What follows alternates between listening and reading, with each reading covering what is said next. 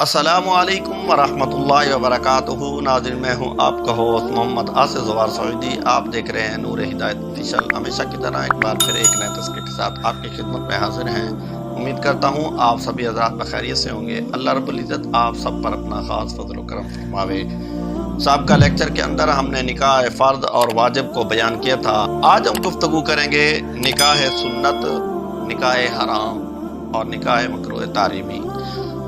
सुन्नत ये है कि आम हालात में इंसान के माली और जिस्मानी हालात बेहतर हों, ख्वाहिशात पर उसको गलबा भी ना हो और बीवी पर जुल्म व सितम करने का खौफ भी ना हो, और ये भी खौफ ना हो कि वो निकाह अगर ना करेगा तो जिना में मुब्तला होगा।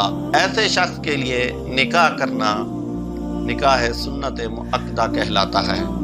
और आगे है निकाह हराम।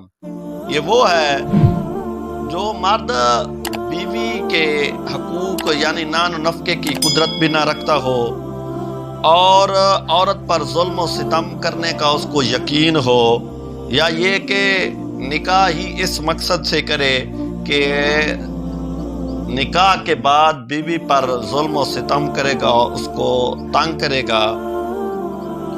ऐसे शख्स का निकाह करना निकाह हराम है, यानी ऐसे शख्स का निकाह नहीं करना चाहिए। मकरूह तारीमी ये है निकाह के बाद सिनफी और माली तौर पर बीवी के हकूक अदा करने का खौफ हो, अंदेशा हो, तो ऐसे शख्स का निकाह करना मकरूह तारीमी। आमीन। आखिर दावाना अनिल हम्दुलिल्लाहि रब्बिल आलमीन।